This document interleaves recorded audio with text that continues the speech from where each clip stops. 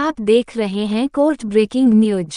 गृह मंत्री अमित शाह ने अंग्रेजों जमाने के 3 कानून भारतीय दंड संहिता, दंड प्रक्रिया संहिता, एविडेंस एक्ट में बदलाव करके उसकी जगह लागू होने वाले 3 प्रस्तावित कानून भारतीय न्याय संहिता, भारतीय साक्ष्य अधिनियम और भारतीय नागरिक सुरक्षा संहिता लोकसभा में पेश की है। आज हम बात करेंगे भारतीय न्याय संहिता की, जो भारतीय दंड संहिता यानी आईपीसी की जगह लेने के लिए प्रस्तावित है। भारतीय न्याय संहिता विधेयक में अप्राकृतिक यौन संबंध, व्यभिचार पर आईपीसी प्रावधानों को खत्म करने का प्रस्ताव है।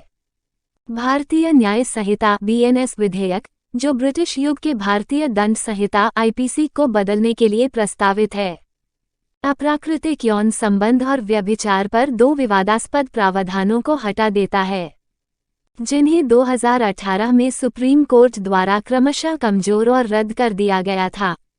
आईपीसी के तहत धारा 377 कहती है, जो कोई भी स्वेच्छा से किसी पुरुष, महिला या जानवर के साथ प्रकृति के आदेश के खिलाफ शारीरिक संबंध बनाता है, उसे आजीवन कारावास से दंडित किया जाएगा या एक अवधि के लिए कारावास से दंडित किया जाएगा, जो बढ़ सकता है। उद्धरण चिन्ह 10 साल तक की सजा और जुर्माना भी लगाया जा सकता है। 6 सितंबर 2018 को 5 न्यायाधीशों की पीठ ने सर्वसम्मति से धारा 377 के एक हिस्से को अपराध की श्रेणी से हटा दिया। हालांकि यह प्रावधान अभी भी नाबालिगों के खिलाफ, उनकी सहमति के खिलाफ और पाशविकता के खिलाफ अप्राकृतिक यौन अपराधों से निपटने के लिए कानून की किताब में है। नए भारतीय न्याय संहिता बीएनएस बिल में अप्राकृतिक सेक्स पर कोई प्रावधान नहीं है। 27 सितंबर 2018 को सुप्रीम कोर्ट की 5 न्यायाधीशों की पीठ ने सर्वसम्मति से आईपीसी की धारा 497 को कानून की किताबों से हटा दिया, जिसने व्यभिचार को पुरुषों के लिए एक आपराधिक अपराध बना दिया, लेकिन महिलाओं को दंडित नहीं किया। धारा 497 के तहत जो कोई किसी ऐसे व्यक्ति के साथ यौन संबंध बनाता है जो जानता है या जिसके पास यह विश्वास करने का कारण है कि वह किसी अन्य पुरुष की पत्नी है, उस पुरुष की सहमति या मिलीभगत के बिना, ऐसा संभोग बलात्कार के अपराध की श्रेणी में नहीं आता है। व्यभिचार के अपराध का दोषी है और उसे किसी एक अवधि के लिए कारावास, जिसे 5 साल तक बढ़ाया जा सकता है, या जुर्माना या दोनों से दंडित किया जाएगा। ऐसे मामले में पत्नी को दुष्प्रेरक के रूप में दंडित नहीं किया जाएगा। शीर्ष अदालत ने कहा था कि व्यभिचार के कार्य अपराध के रूप में योग्य नहीं होंगे, हालांकि वे अभी भी नागरिक कार्रवाई और तलाक के लिए आधार होंगे। भारतीय न्याय संहिता बीएनएस बिल के तहत व्यभिचार के अपराध से संबंधित कोई प्रावधान नहीं है। 2017 में मानसिक स्वास्थ्य देखभाल अधिनियम के पारित होने तक आत्महत्या का प्रयास आईपीसी की धारा 309 के तहत एक दंडनीय अपराध था, जिसने धारा 309 के लिए एक बड़ा अपवाद बनाकर आत्महत्या को अपराध की श्रेणी से हटा दिया।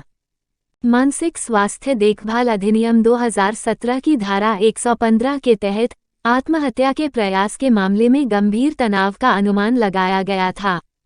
इसमें कहा गया है कि भारतीय दंड संहिता की धारा 309 में किसी भी बात के बावजूद आत्महत्या करने का प्रयास करने वाले किसी भी व्यक्ति को, जब तक कि अन्यथा साबित न हो, गंभीर तनाव में माना जाएगा और उक्त संहिता के तहत मुकदमा नहीं चलाया जाएगा और दंडित नहीं किया जाएगा। इसमें आगे कहा गया है कि उपयुक्त सरकार का कर्तव्य होगा कि वो गंभीर तनाव से जूझ रहे और आत्महत्या करने का प्रयास करने वाले व्यक्ति को देखभाल, उपचार और पुनर्वास प्रदान करे, ताकि आत्महत्या के प्रयास की पुनरावृत्ति के जोखिम को कम किया जा सके। हालांकि भारतीय न्याय संहिता बीएनएस विधेयक 2023 में आईपीसी की धारा 309 की तरह आत्महत्या के प्रयास के अलग अपराध का कोई उल्लेख नहीं है। नए बिल में धारा 224 है, जो वैध शक्ति के प्रयोग को मजबूर करने या रोकने के लिए आत्महत्या के प्रयास को अपराध मानती है।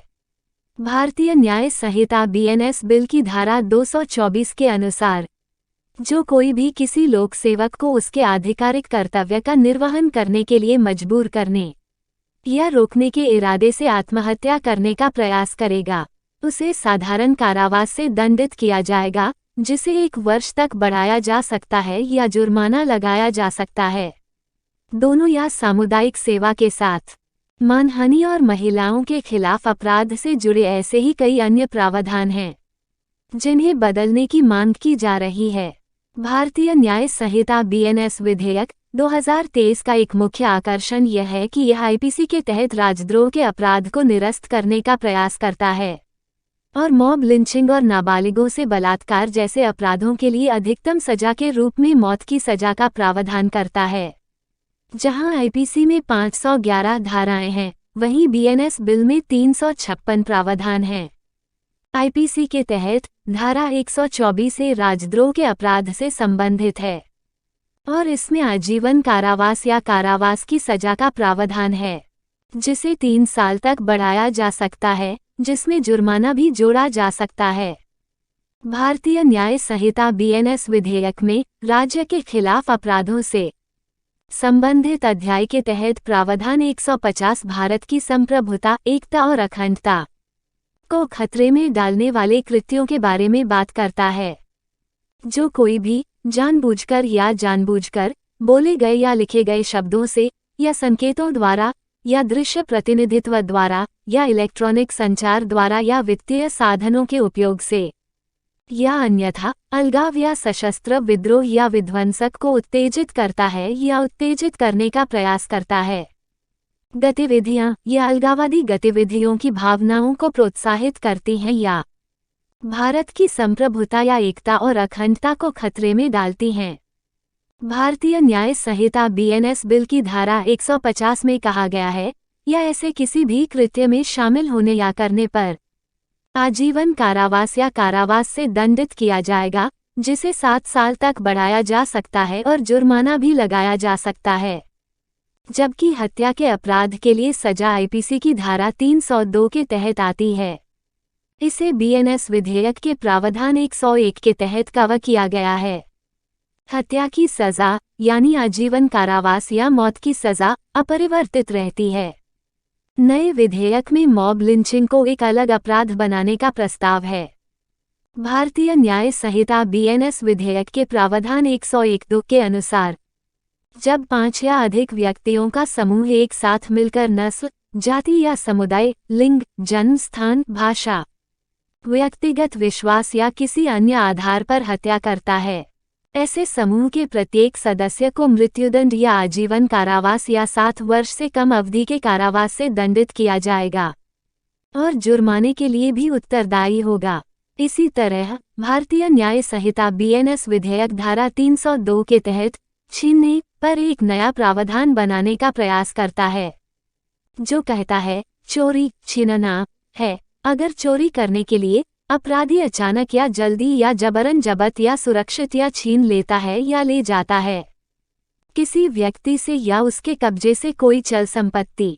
विधेयक में कहा गया है कि जो कोई भी झपटमारी करेगा उसे 3 साल तक की कैद की सजा होगी और जुर्माना भी देना होगा। पहली बार आतंकवाद शब्द को भारतीय न्याय संहिता बीएनएस बिल के तहत परिभाषित किया गया है, जो आईपीसी के तहत नहीं था।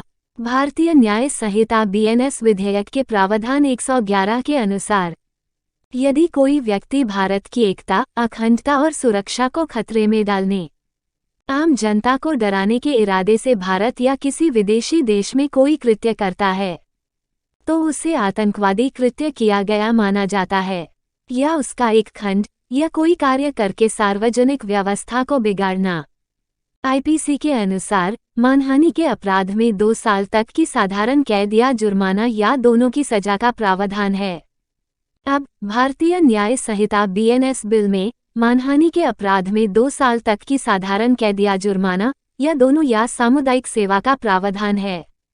महिलाओं और बच्चों के खिलाफ यौन अपराधों पर अध्याय में भारतीय न्याय संहिता बीएनएस बिल की धारा 69 में कहा गया है, जो कोई धोखे से या बिना किसी इरादे के किसी महिला से शादी करने का वादा करता है और उसके साथ यौन संबंध बनाता है, जैसे यौन संबंध जो बलात्कार के अपराध की श्रेणी में नहीं आता, उसे किसी एक अवधि के लिए कारावास से दंडित किया जाएगा, जिसे 10 साल तक बढ़ाया जा सकता है और जुर्माना भी लगाया जा सकता है।